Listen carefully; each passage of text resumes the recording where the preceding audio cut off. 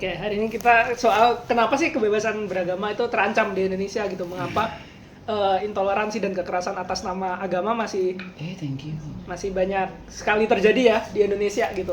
Dan yang menyedihkan adalah itu banyak sekali menggunakan narasi-narasi agama gitu, kebenciannya bahwa menyerang kelompok-kelompok lain, menyerang tempat ibadah orang lain misalnya itu dibenarkan gitu dengan dasar agama gitu. Namun apakah itu sejatinya ajaran agama gitu? Nah, untuk itu kita akan diskusikan hari ini bareng Mas Aan Ansori gitu. Mungkin tempat dan waktu.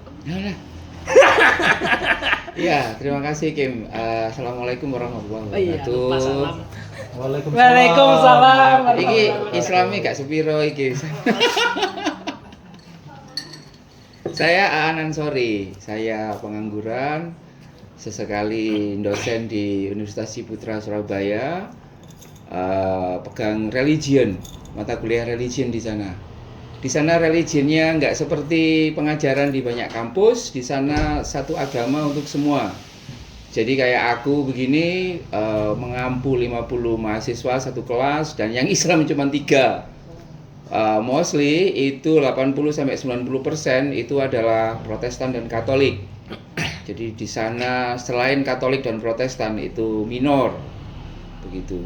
Yang selalu ditanyakan kepada saya, lah terus habis itu apa yang kamu ajarin kepada mereka, begitu. Akhirnya agama diletakkan sebagai semacam ilmu pengetahuan, bukan sebagai dogma yang ketat. Kim, terima kasih sudah menotis soal kebebasan beragama. Begini. Ini yang Islam siapa ini? Di sini ada yang Islam ya? Oh, oke. Islam. Kalau kamu tiba-tiba convert ke Kristen begitu, Konghucu. ya Kristen gitu, kamu terancam dapat warisan atau tidak? Atau misalkan kamu tiba-tiba pacaran dengan orang yang beda agama, lalu kamu mengikuti agama, misalkan ke gereja begitu, kamu punya potensi untuk diputus dari Di Islam di Indonesia itu, aku tidak tahu di Ahmadiyah, Maulana Walid nanti akan ngomong, kita itu memang didoktrin untuk toleran, but when it comes into specific terms, Kristen, Yahudi, non-Muslim, kafir, maka badan Islam itu menjadi tegang. Begitu. Mesti tegang itu. Yang awalnya enak-enak nongkrong tiba-tiba ditanya, emang kamu ke gereja atau ke masjid? Gitu kan. Loh, ternyata ke gereja. Itu kemudian menjadi tegang. Kayak gitu. Jadi kebencian untuk menganggap orang lain itu sebagai lian itu memang sudah ditanamkan sejak dini. Mas, matamu nggak sakit? Oh iya, ditanamkan sejak dini gitu kan. Pelan-pelan itu, alam bawah sadar seperti itu. Percintaan gitu kan, awalnya kan enak-enak indah begitu kan. Tetapi ketika kemudian mau memformalkan, loh, ternyata beda ya agama kita, kemudian menjadi tegang. Jadi Islam yang didoktrinkan kepada kita itu Islam yang menurut saya, terutama di kalangan Sunni, itu Islam yang penuh dengan luka oleh agama lain, dan ketika besar luka itu dipelihara dan tidak sepenuhnya kemudian diaksentuasikan menjadi sesuatu yang egalitarian seperti itu. Ini barangkali menjadi pembuka bahwa sebenarnya sekuat apapun kita mau mengatakan bahwa ada kebebasan di dalam doktrin agama kita, tapi sesungguhnya pelan-pelan itu sebenarnya tidak ada dalam doktrin pengajaran kita.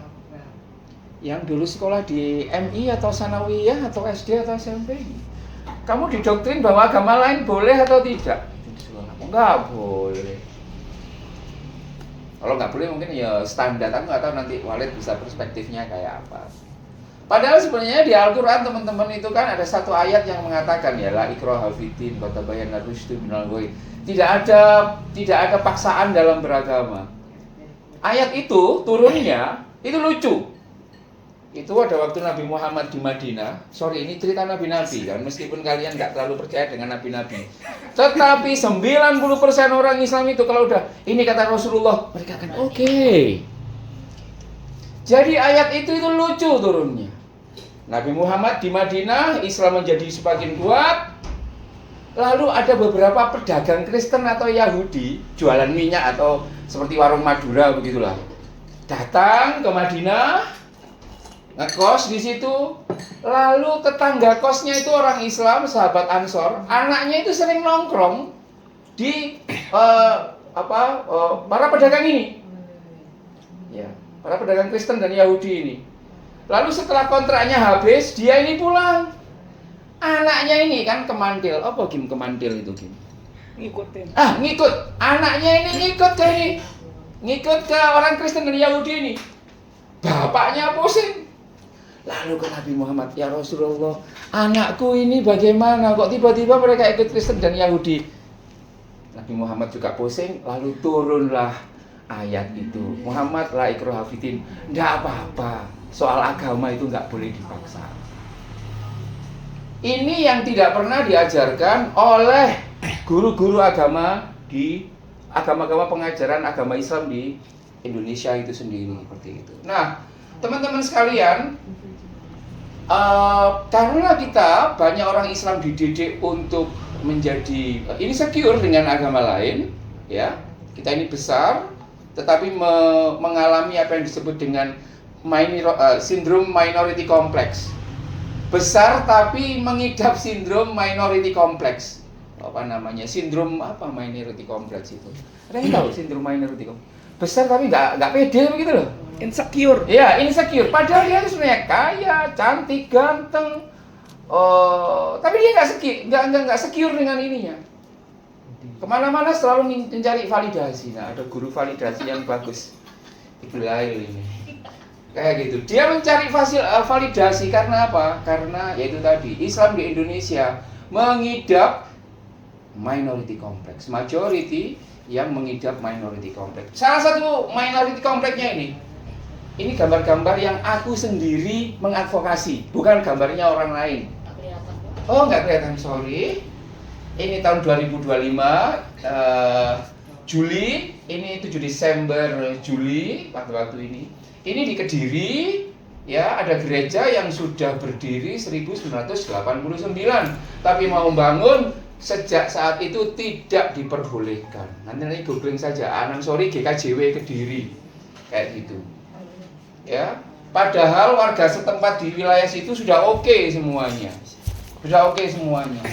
Ini adalah adik pendetanya, saya anggap adik sendiri. Itu ngomong gusaan, ini kami tidak bisa Natalan dengan tenang karena apa? Karena atapnya ambrol dan lain sebagainya. Next Kim, seperti itu. Ini yang menurut saya menjadi penting. Nah, orang Kristen seringkali mendaku dirinya sebagai korban, ya, mendaku dirinya sebagai korban, tapi pada titik tertentu beberapa di antara mereka itu juga terkena sindrom apa namanya? Bismillah pokoknya.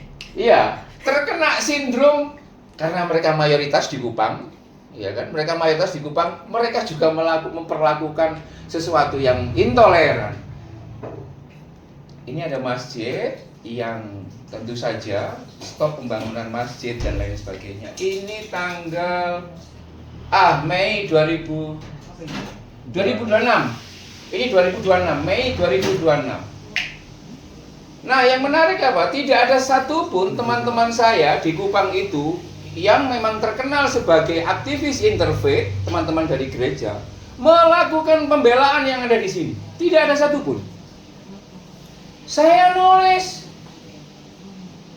guys, kalau di Jawa, kalau gerejamu itu ditutup sama orang Kristen, aku sebagai Islam NU, Nahdliyin, itu ngamuk melawan orang yang kolom agamanya juga sama dengan aku. Tapi kenapa kamu kok diem saja? Gitu. Mereka menggunakan alibi yang macam-macam dan lain sebagainya. Ya, ini saya katakan bahwa kebebasan beragama di Indonesia memang salah satu potretnya adalah seperti ini. Next, Kim.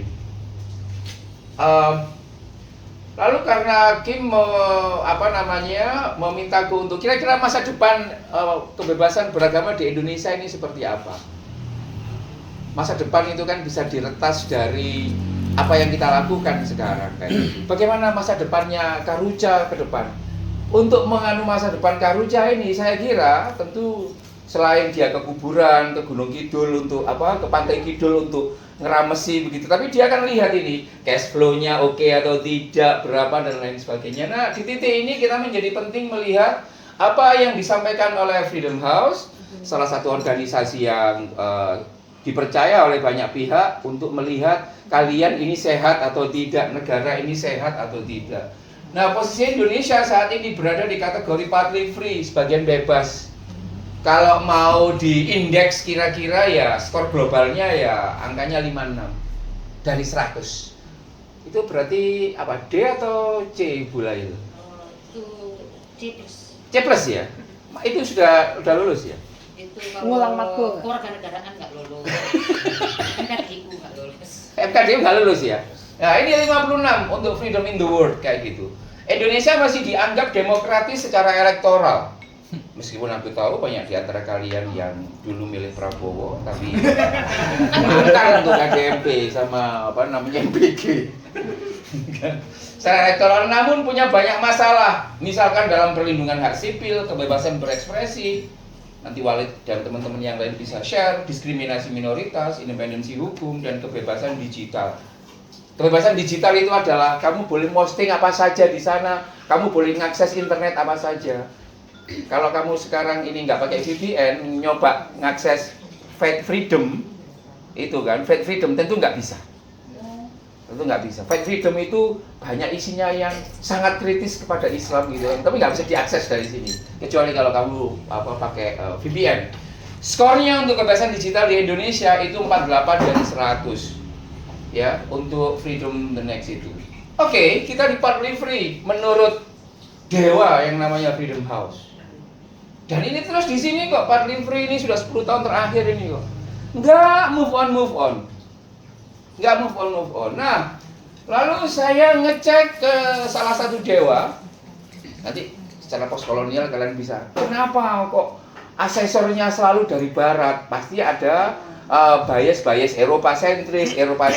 It's okay, nanti kita bisa diskusikan. Tapi kayaknya yang biasanya diacu ya kayak Freedom House sama USCIRF ya. Jadi Amerika Serikat ini agak kurang ajar gitu kan, sebagai bagian dari kontrol luar negeri, mereka bikin satu commission.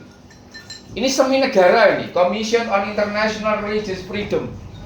Amerika untuk ngecek, mengontrol seluruh negara-negara di dunia kecuali dirinya sendiri. Itu dia bikin ranking ya, mana yang sudah bagus, mana yang tidak gitu kan. Agak kurang ajar sama Amerika ini.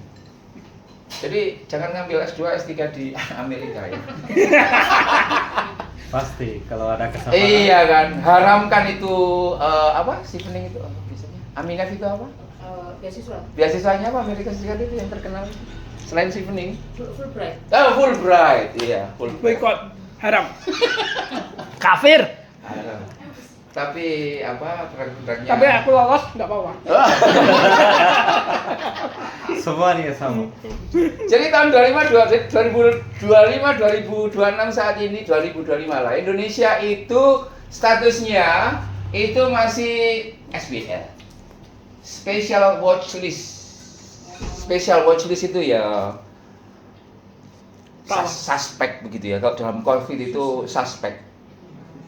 Ya, suspek itu pasti kamu dimasukkan ke bangsal ini. Suspek itu kan negatif juga enggak, positif juga enggak, itu kan.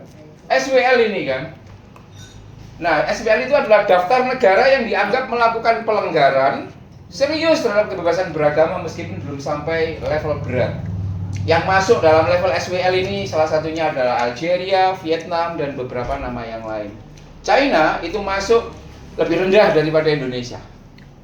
Ya kita tahu sendiri kan, mereka kan kompetitornya kan, sebagus apapun China pasti akan dijelek-jelekin gitu kan. Gitu. Kalau Pakistan bang? Kalau Pakistan kayaknya pas 11-12 dengan Indonesia gitu. Tapi selama rezim di Pakistan manut sama Amerika ya dikasih nilai bagus lah. Sama kayak di dosen itu kan, kalau misalkan mahasiswa itu baik-baik sama dosennya meskipun nggak terlalu banyak ngacung, nanya begitu pasti kan dibaik-baikin. Nah, kelompok minoritas ya di Indonesia itu mengalami berbagai macam kesulitan ya, di rumah ibadah, intimidasi massa, hambatan administrasi, pembubaran kegiatan agama. Dan juga menurut catatannya di Indonesia itu juga masih ada undang-undang penodaan agama, undang-undang ITE digunakan untuk merepresi kebebasan orang lain. Kita tidak boleh, terutama bagi kalian yang menghina, dianggap menghina Nabi Muhammad dan lain sebagainya, itu tidak ada. Kalau tidak ada ampun itu.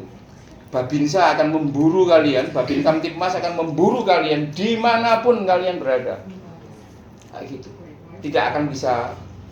Kapan hari itu di Tuban ada orang kemudian mengupload sesuatu yang menurut saya biasa saja terkait Nabi Muhammad, tetapi kurang dari 3 jam udah kena di Facebook. Udah apa? Udah kena. Oh, udah. Udah kena sama itu tadi. Udah kena sama itu tadi. Menurut USCIRF, kira-kira Indonesia itu nggak jahat-jahat amat kok, nggak jelek-jelek amat kok. Bukan gagal total. Ada toleransi formal, namun perlindungan substantif terhadap minoritas masih sangat lemah sendiri. Next game. Kenapa itu menjadi penting? Nah, ini adalah satu hal yang menurut saya menarik, teman-teman sekalian. Ini survei April 2026 LSI. Disurvei oleh LSI, mensurvei orang sekitar 2000 sekian orang di atas usia 17 tahun. Ditanyain satu-satu, sejauh mana perasaanmu? Siapa dik namamu? Bowo. Sejauh mana Bowo perasaanmu terkait kebebasan beragama dan berkeyakinan? Menariknya apa? 97% responden merasa bebas menjalankan agama. Jadi klaim dari suara kebebasan yang mengatakan Indonesia ini sakit, apa dan lain sebagainya, terbantahkan di sini. Hoak ya berarti ya. Kira-kira loh ya, aku nggak tahu ini pesanannya Bunda Teddy atau bukan, itu kan kita tidak tahu. Seperti itu. Atau pesannya Prabowo. Tetapi ini menarik ini. Respondennya 2020 orang, Islam 60%, Kristen 10%, ini etnisnya. Yang tidak puas atau yang sangat tidak puas, sangat merasa tidak bebas, ini cuman 1,1% saja. Ya ampun An, itu kecil banget. Jadi 1,1% responden merasa kurang bebas dan 0,5% merasa sangat tidak bebas. Total jenderalnya ya kira-kira ya 1,6%. Ini yang bukan Islam ya pastinya. Aku nggak ngerti apa. Iseng tak tanyain ChatGPT. Matematika aku kan goblok ya, matematika kan. Berapa 1,5% ditambah 0,5%? Padahal aku tahu jawabannya 1,6% kan, tapi kan untuk validasi. Dijawab jawabannya adalah 1,6%. Terus tolong kalikan dengan jumlah penduduk yang usia di atas 17 tahun di Indonesia menurut sensus tahun 2025. Kon ngerti cuk, piro cuk? Sorry. Surabaya Ren. 3,28 juta. Banyak ya. Jadi kalau mau dikumpulkan yang tidak merasa bebas di dalam melakukan ibadahnya, itu jumlahnya 3,28 juta. Kota Yogyakarta piro? Ini. Terus tak tanyain ke ChatGPT. Tampilkan provinsi atau kabupaten kota yang populasinya more or less 3,28. Mana? Kabupaten Bekasi, Pak. Oh, banyak. Bekasi itu kan Brooklyn kan itu, maksudnya mepet banget itu kan. Lalu ada kota Jakarta Timur. Di Jawa Timur yang paling sesek itu Surabaya. Surabaya itu cuma 3,1. Jadi Kim, di sini kemudian kita bisa meyakinkan bahwa kalau yang merasa tidak bebas itu dikumpulkan di dalam satu kota, itu sebanyak kota Bekasi. Gak tahu berapa kursi itu, 3,28 juta itu kan satu dapil itu. Jadi kalau memang secara persentase itu kecil, tapi kalau secara di ini realnya itu banyak sekali. Jadi memang terjustifikasi apa yang dikatakan oleh Kim dengan teman-teman sekalian menyangkut soal ini. Tinggal kita menggunakan pendekatan keadilan apa. Di kelasku aku menggunakan 2 teori keadilan. Mohon izin Bu Laili. Keadilan pertama itu keadilan model Rawls, John Rawls. Dia mengatakan fair. Kalau orang boleh, maka yang lain juga boleh. Ya, kalau semua di sini, jangankan cuma 1,6%, 0, sekian persen saja, satu orang saja di Indonesia merasa diperlakukan tidak adil, maka itu tidak adil. Itu Rawlsian. Tetapi pendekatan teori keadilan yang lain, Jeremy Bentham dan Stuart Mill, dia mengatakan keadilan itu ya tergantung utility-nya, jumlah orang banyaknya. Untuk apa kita membela orang Ahmadiyah yang insignifikan ini dalam konteks ini? Kalau ternyata benar dalam, ngapain aku perlu sama Ahmadiyah kalau nanti aku nggak enak sama PCNU dan PW Muhammadiyah. Jadi menurut pengambil kebijakan itu, ketika dia pro dengan orang yang mayoritas ini, maka sebenarnya itulah keadilan yang sesungguhnya. Sama kayak rame soal kasus babi di Sukoharjo itu.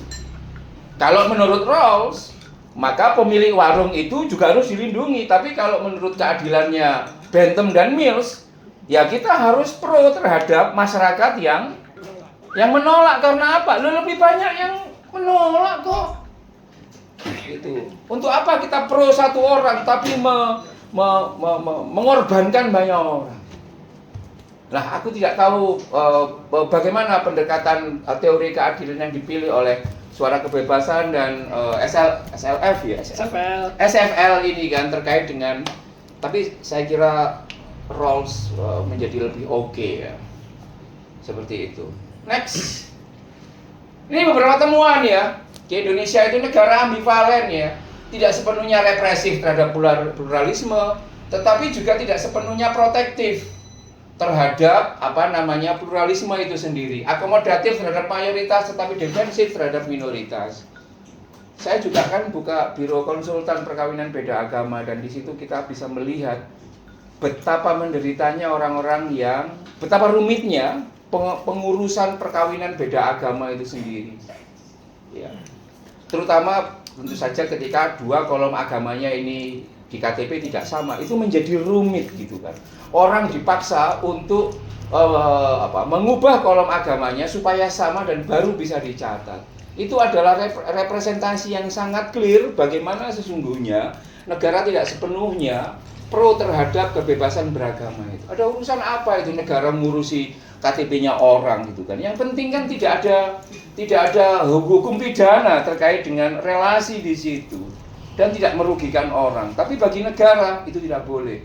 Kenapa nggak boleh? Soalnya NU, MUI dan Muhammadiyah nanti marah. Makanya nggak boleh. Jadi kalian harus sangat sadar. Padahal sebenarnya Prabowo itu kan ibunya kan Kristen loh.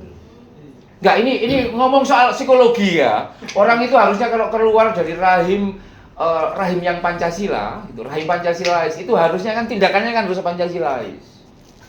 Gitu. Megawati enggak.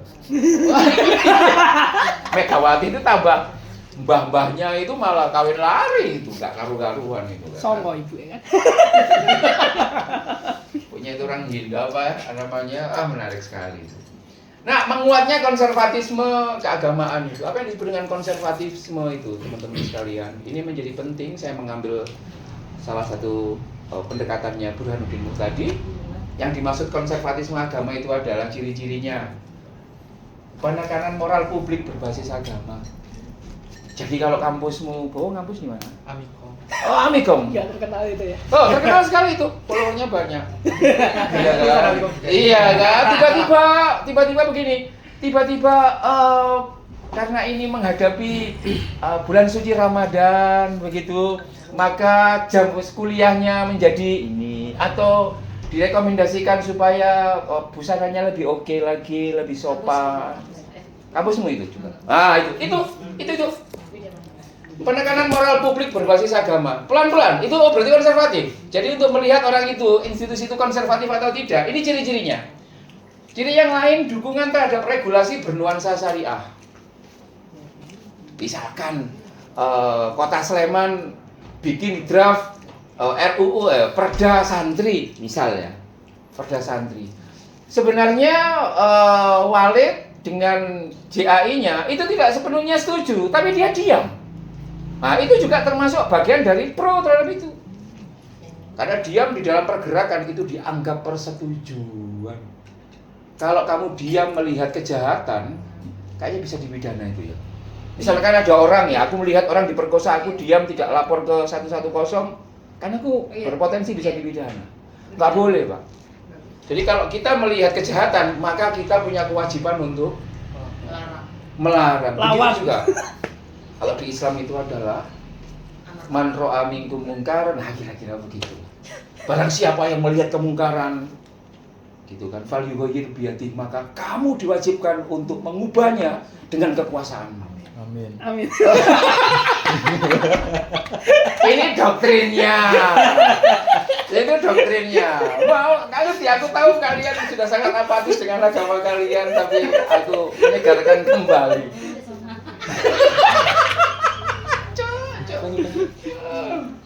Ya. Lagi, ini ciri-cirinya ya. Ini menarik. Nanti kalian bisa ngecek itu ya untuk melihat temanku ini makin konservatif, makin progresif. Nah, ini bisa lihat tahu ini pakai ciri-ciri ini. Ya, ini ciri-cirinya. Satunya adalah dukungan terhadap regulasi bernuansa syariah, meningkatnya sensitivitas identitas Islam. Loh, bukan Islam, Mbak. Berarti kamu nggak respect sama aku. Kok nah ini dikit-dikit kok menunjukkan, "Bu, jangan makan babi di pinggirku lah. Kau kan Islam."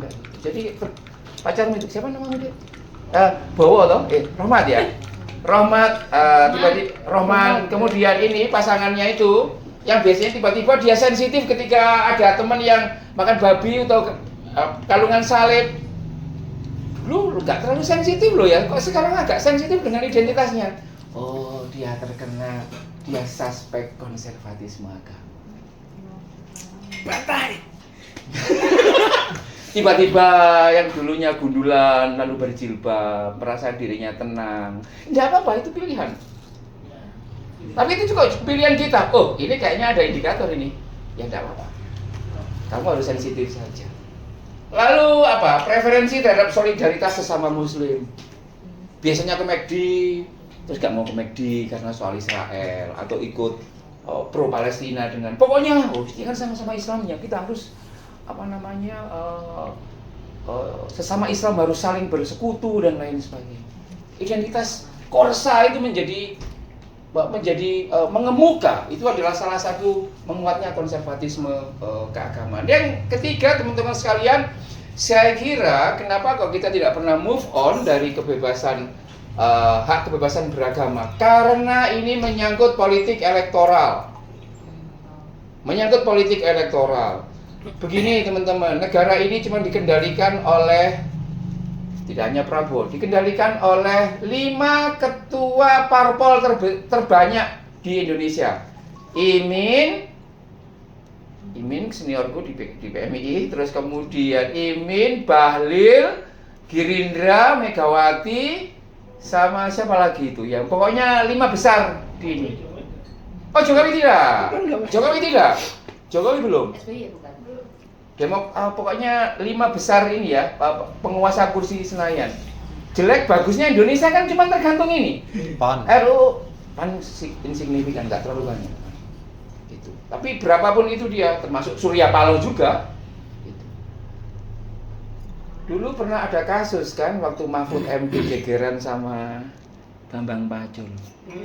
Pak Mahfud, Pak Bambang, saya minta tolong Komisi 3. Bagaimana supaya undang-undang pembatasan ruang kartal itu segera diinikan.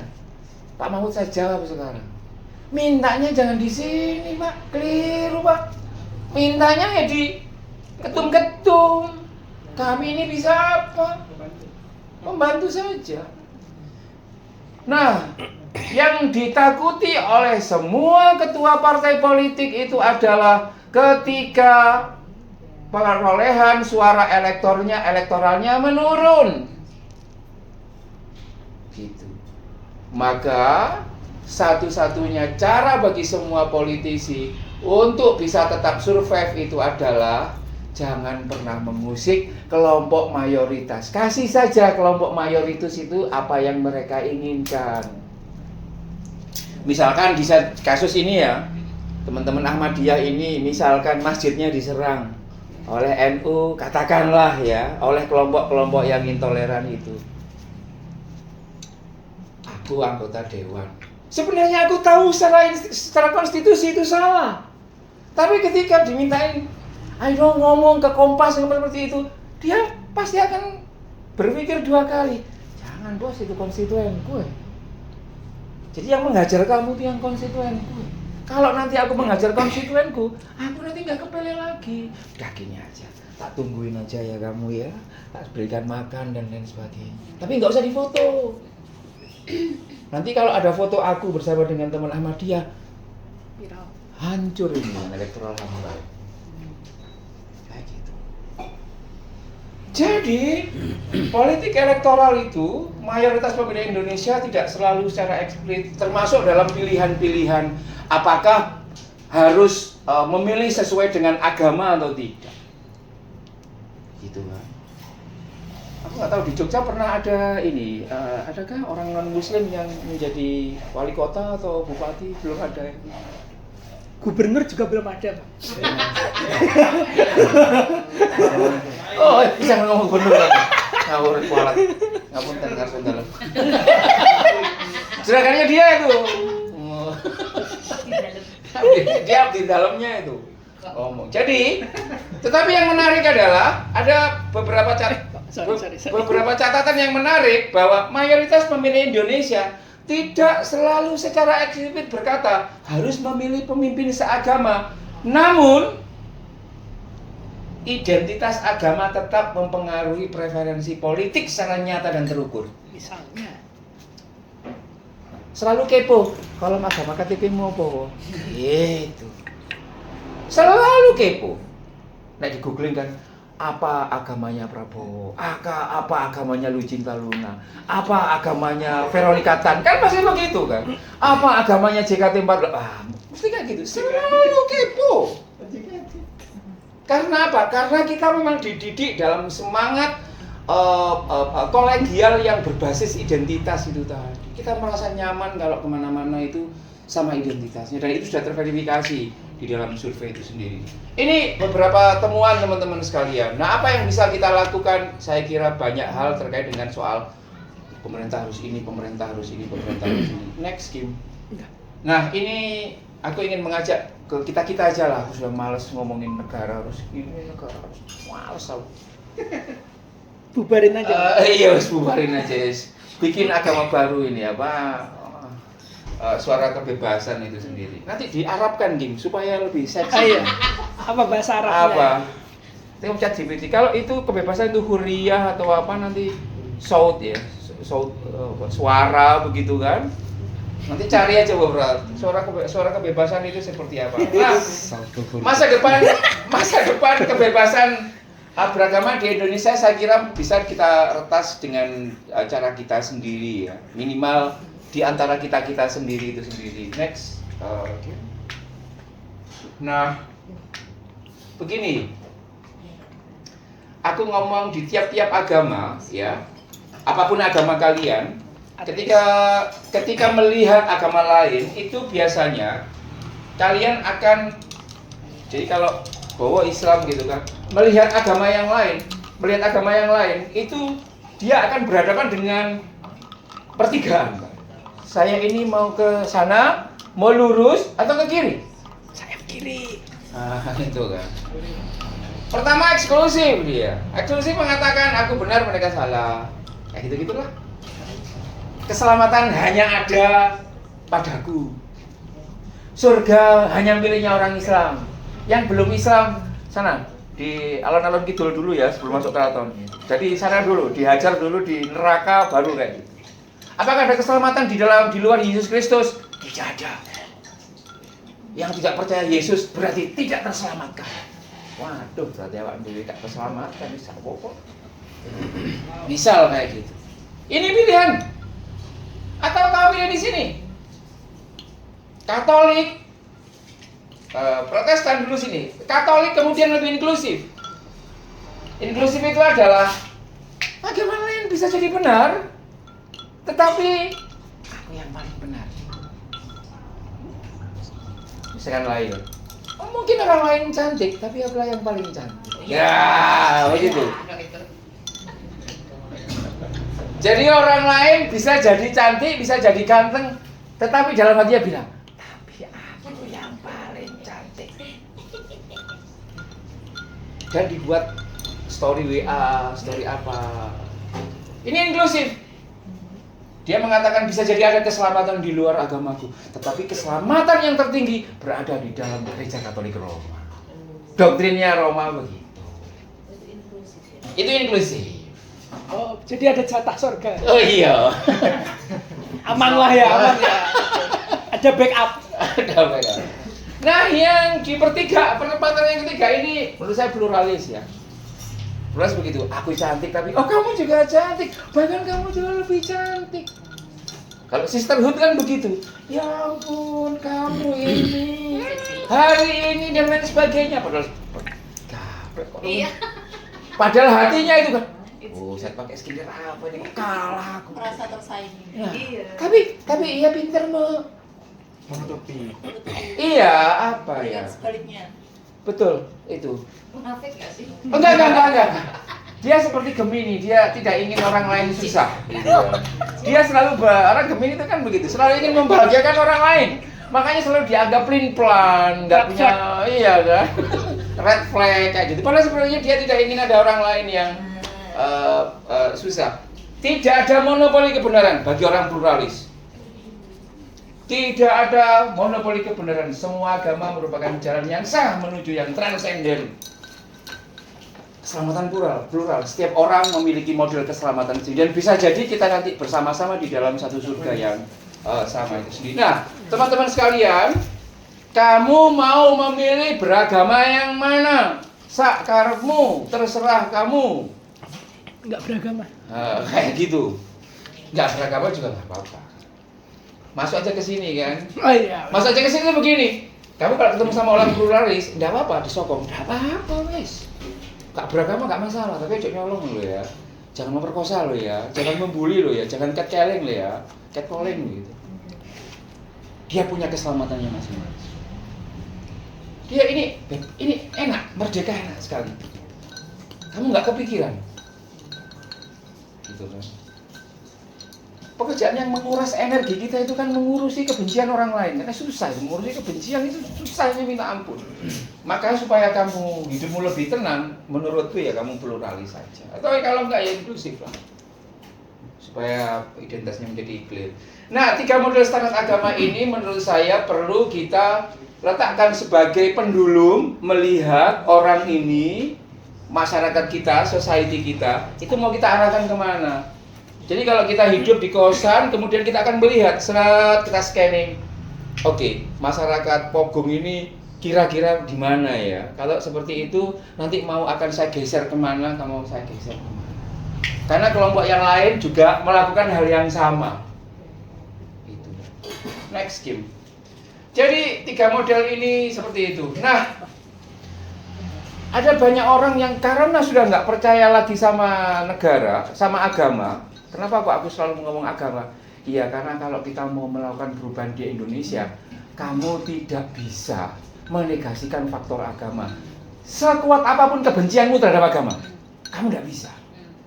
Misalkan, agama kita hapus saja kolom agamanya, percuma. Kamu tidak akan dipercaya oleh orang, kalau nggak dipercaya sama orang, dakwahmu juga tidak akan kena. Gitu. Kalau di dalam doktrin Islamisasi, ya gitu. Aku dulu kan pernah ikut kursus bagaimana berdakwah. Aku juga pernah, Bang. Nah, begini, kalau kamu mungkin PKS, HTI itu biasanya kayak gini. Kalau kamu ingin mempengaruhi wilayah ini, wilayah mana ini? Monjali. Sleman. Jombor. Jombor. Yang mana tuh yang bener kamu? Jombor ya. Misalkan aku ya ingin mendorong ini supaya itu tabu ya. Kita selalu didoktrin di dalam berdakwah itu adalah kalimun nasa bi qadri uqulihi. Berkomunikasilah kamu dengan orang sesuai dengan akal pikiran mereka. Kalau mereka itu omongannya itu omongan sopipe apa dan kamu harus ngomong itu. Kalau dia ngomongannya agama, ya kamu harus main di situ. Supaya kemudian ini menjadi penting dan keinginanmu bisa tersampaikan dan cita-citamu bisa dilakukan. Nah, kalau kamu kepingin mempengaruhi orang yang awalnya intoleran karena agama dan kepingin kamu rangkul supaya ia bisa beragama dengan toleran, maka kita semuanya harus tahu bagaimana cara kerja agama mengontrol orang. Ini tak kasih tahu, inilah cara agama keyakinan mengontrol memeluknya. Itu kontrol melalui kebenaran absolut. Contoh, Islam benar, selain Islam salah, absolut dikunci. Kita bisa ganti. Semua agama itu mengajarkan kebenaran. Itu yang kita absolut. Itu doktrin agama. Jadi di hijack begitu, di kuda Troya seperti itu. Tinggal kasih catatan kaki saja. Footnote Quran surat Al-Baqarah ayat bagi yang percaya Quran. Bagi yang percaya kamakola kim ya kamakola kim menurut ini, atau kemudian kamakola siapa seperti ucapannya siapa ini. Kontrol melalui keyakinan, kontrol identitas, apalagi kontrol moral, kontrol politik. Ini jangan dihajar, tapi ambil change-nya, rantainya, gunakan, isi dengan gagasan-gagasan dari suara kebebasan itu sendiri. And it works. Aku melihat so far di teman-teman Ahmadiyah itu. Ini kan 1 sampai 8 itu kan ada di Ahmadiyah, tetapi kontennya itu diganti dengan gagasan-gagasan soal hatred, Love for all. love for all, Hatred for none. hatred for none. Itu kan udah menjadi doktrin bagi Walid ini. Yang itu tidak digunakan di dalam tradisi kalangan Sunni NU. Tapi ia menggunakan skema ini, Pak. Barang siapa anggota jemaat Ahmadiyah melakukan kebencian dan lain sebagainya, maka ia hina secara moral.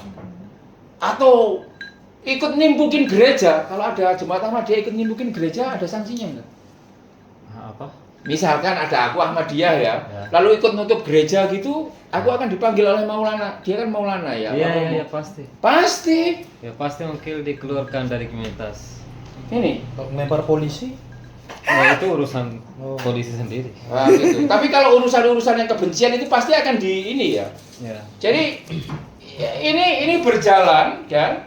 NU pakai ini, Muhammadiyah pakai ini, FPI pakai ini, HTI pakai ini, Ahmadiyah juga pakai ini, tapi kontennya aja yang diubah.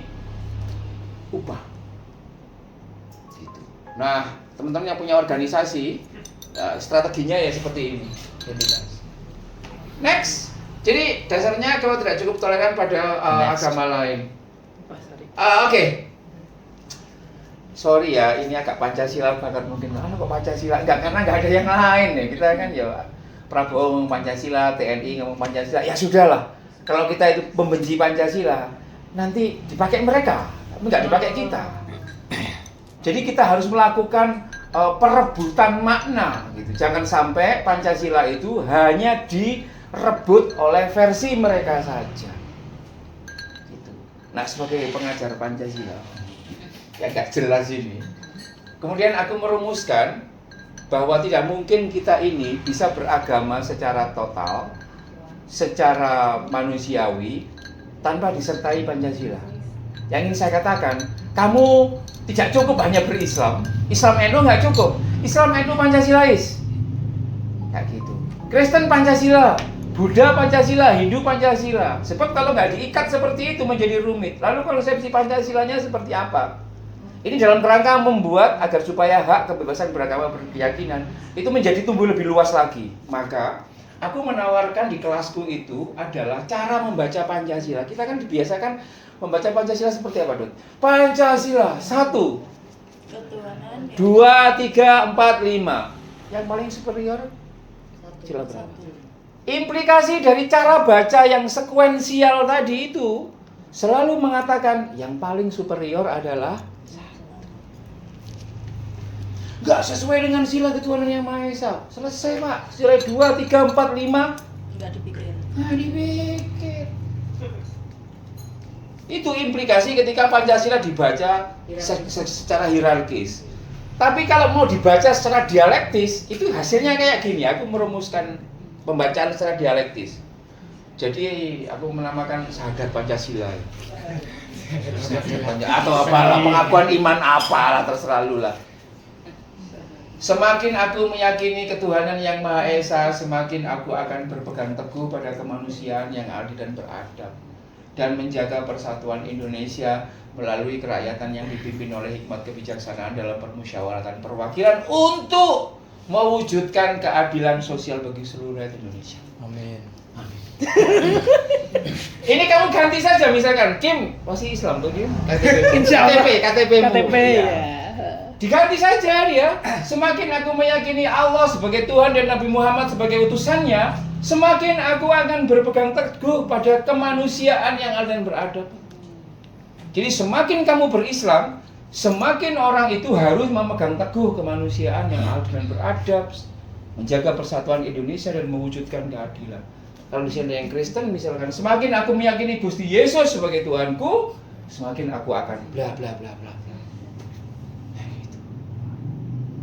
Itu sebabnya banyak orang Masumi gak suka banget sama Pancasila. Karena apa? Karena kalau Pancasila ini dibiarkan, Pak, bisa menjadi kompetitor dari La ilaha illallah dan membuat orang itu menjadi tidak lagi pro terhadap Islam. Islam sesuai dengan mereka. Kalau di sini kan selesai saja. Bisa Anda tanya, saya nggak mempercayai Tuhan bagaimana? Oh, kalau menurut ini, kalau aku Islam Pancasilais, maka yang terpenting kan sikapku, misalkan Kim. Masaan saya nggak bertuhan, gimana? Ya terserah kamu. Tetapi caraku bersikap kepadamu adalah memanusiakan yang adil dan beradab. Ya udah apa-apa, monggo. Ya sesuai hukum positif saja. Maka kalau ini kita letakkan dalam Kurusetra babi di Sukoharjo, kita bisa melihat bagaimana Islam model yang seperti ini. Semakin aku meyakini Gusti Allah dan Nabi Muhammad sebagai nabinya, semakin aku akan berpegang teguh pada kemanusiaan yang adil dan beradab dan menjaga persatuan Indonesia. Maka yang aku lakukan, ya aku akan soyo. Ngerti soyo? Gotong royong begitu, soyo. Oh, ada warung babi tetangga kita. Ayo kita ikut beli. Enggak ikut makan kan, tapi soyo saja. Soyo itu ikut bangun seperti kamu punya rumah ya, bangun rumah nggak punya duit gitu, terus aku tetanggamu, aku menyediakan waktuku secara free kan, volunteer gitu, itu namanya soyo. Itu sukarela. Tetap nggak makan babi kan nggak apa-apa toh. Aku misalkan nggak jadi Kristen tapi ketika Jadi tukang parkirnya gitu gimana? nggak apa-apa tuh, membantu. Malah Iya. jadi tukang parkir. Iya kan, kemudian parkir seikhlasnya TTD Masjid Al Munawwaroh. Wah, Nah, kan menarik kan? Kan begitu. Masjid ini dibangun dari babi. Oh iya, kamu pesta babi intinya kan di situ. Mungkin. Jadi teman-teman sekalian, saya kira kita pelan-pelan mesti harus memulai bahwa sebenarnya di tengah status partly free atau 56 ya biasalah plus 62 kan sekarang posisinya masih di 56 menurut Freedom House itu sendiri. Maka ya kegagalannya itu cuma di sini. Jadi Pancasila di dalam pengajaran SD, SMP dan SMA tidak diajarkan seperti ini. Next, Kim terakhir kayaknya. Oke. Ini yang terakhir teman-teman, ini mungkin agak teknis. Tetapi kalau aku diminta untuk membuat orang yang awalnya intoleran menjadi toleran, maka 3 vitamin ini yang aku kasih. Gitu. Atau sebaliknya, kalau ada orang toleran lalu tak buat menjadi intoleran, strategi cuma 3 ini aja, 3 vitamin ini. Ketika 3 vitamin ini kamu berikan secara proporsional pada orang itu, dia pasti toleran. Tapi kalau 3 vitamin ini kamu revoke, kamu ambil, kamu kurangi, maka dia akan kena diabetes, akan kena darah tinggi dan lain sebagainya. Jadi ini cara bagaimana membuat orang menjadi toleran. Dan aku melihat ini banyak dilakukan di teman-teman Katolik, sekolah-sekolah dan lain sebagainya. Pertama, anak-anak kita, adik-adik kita, saudara-saudara kita itu, kita kuatkan value, Pak. Value-nya, ojo ritual. Value itu apa ya? Kalau saya ke anak saya itu, kamu kalau punya uang dan ada temanmu nggak bisa makan, kamu belikan makan. Jangan bully orang. Setiap orang itu sama, berkeadilan. Nah, itu value. Wiritan kalian, tasbih itu keadilan, kesetaraan. Ya, gitu kan keadilan. Di samping juga ya haleluya mati. Kayak gitu-gitu oke, enggak apa-apa. Tetapi juga nggak salah kalau kemudian kesetaraan, cinta kasih, keadilan, persaudaraan, kesederhanaan, kejujuran, intelektualitas, kayak gitu-gitu. Value, didikan anakmu, ya, setelah apa jenenge? Kalau aku disuruh milih, mau value atau ritual? Saya akan value. Value, Pak. Yang kemarin joget-joget Kim di mana? Yang viral itu anak stage Stella Dus itu yang joget yang cantik. Itu kan kemudian kan ada konten lanjutan menjelaskan kan apa? Di Malioboro kan, terus kemudian setelah itu kan rame, lalu ada wawancara dari susternya. Kok bisa ya kamu mendidik anak didikmu itu kok punya rasa solidaritas kepada para pengamen itu? Dia ngomong akhirnya dia punya konsep CC2 apa begitu kan? Ya kira-kira value itu tadi. Jadi kalau kita mendidik anak itu value, ya, ini sudah, nah value ini bobotnya cuma 25% bagi kelulusan. Yang kedua, menurut saya yang juga bobotnya 25% itu adalah mengupgrade pengetahuan terkait kelompok lain. Contoh, kita dididik untuk tidak terlalu suka dengan orang selain Islam atau orang waria atau orang LGBT. Selain value, kita harus mendidik anak kita. Nah, LGBT adalah begini. Menurut DSM sekian, itu bukan penyakit. Nah, itu pengetahuan, itu knowledge. Jadi bedakan antara value dan knowledge. Kita yang di Islam itu kan, kamu dididik orang Kristen itu Tuhannya berapa? 1 atau 3? 1. Menurut kamu Tuhannya orang Kristen itu 1 atau 3? 1 ya? Nah, 1. Banyak di antara kita kalau kita keluar dari sini, Kristen itu berapa? Pasti 3. Kenapa kok mereka mengatakan 3? Karena mereka pengetahuannya adalah 3. Belum dididik bahwa secara pengetahuan Tuhannya adalah 1. Satu substansi dalam 3 pribadi itu yang tidak cukup bisa dipahami oleh banyak orang.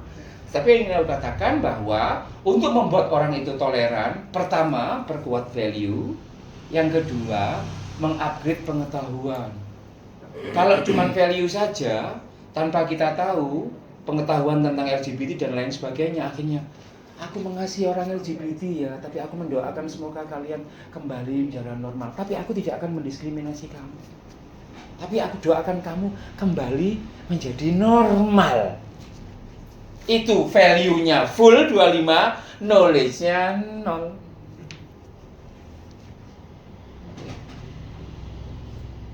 Kamu enggak apa-apa, aku enggak mendiskriminasi kamu meskipun kamu enggak berjilbab. Tapi aku mendoakan kamu supaya mendapat hidayah, pakai jilbab ya. Karena dia enggak membaca sejarah jilbab pra-Islam dan Islam awal. nggak bisa disalahkan karena pengetahuannya nol atau belum nyampe. Nah, yang ketiga yang komposisinya itu sangat besar, poinnya gede 50%, 25%, 25%. Kalau 50 itu berarti udah lulus belum, Dut? Kalau nilai itu belum ya. Ya harus ini. Berteman dengan berbagai kalangan. Ini Pak, ini bobotnya gede banget. 50%. Karena apa? Kalau ada orang nggak diajari value, nggak diajari pengetahuan, tapi sejak kecil dia nongkrongnya dengan teman-teman waria, dia hetero ya.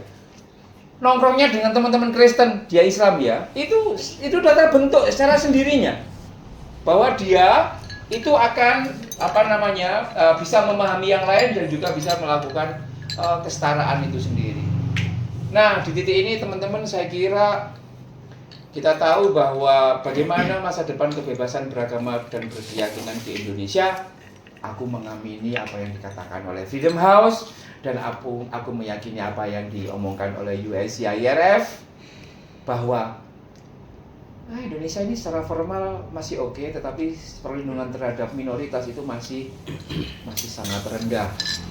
Dan selain kita harus terus mengkritik Prabowo dan presiden-presiden yang lain, tetapi kita harus menjadi pioner, kita harus menjadi teladan dan berusaha untuk meyakinkan teman-teman di agama kita masing-masing, terutama di Islam, untuk juga berislam yang substantif itu.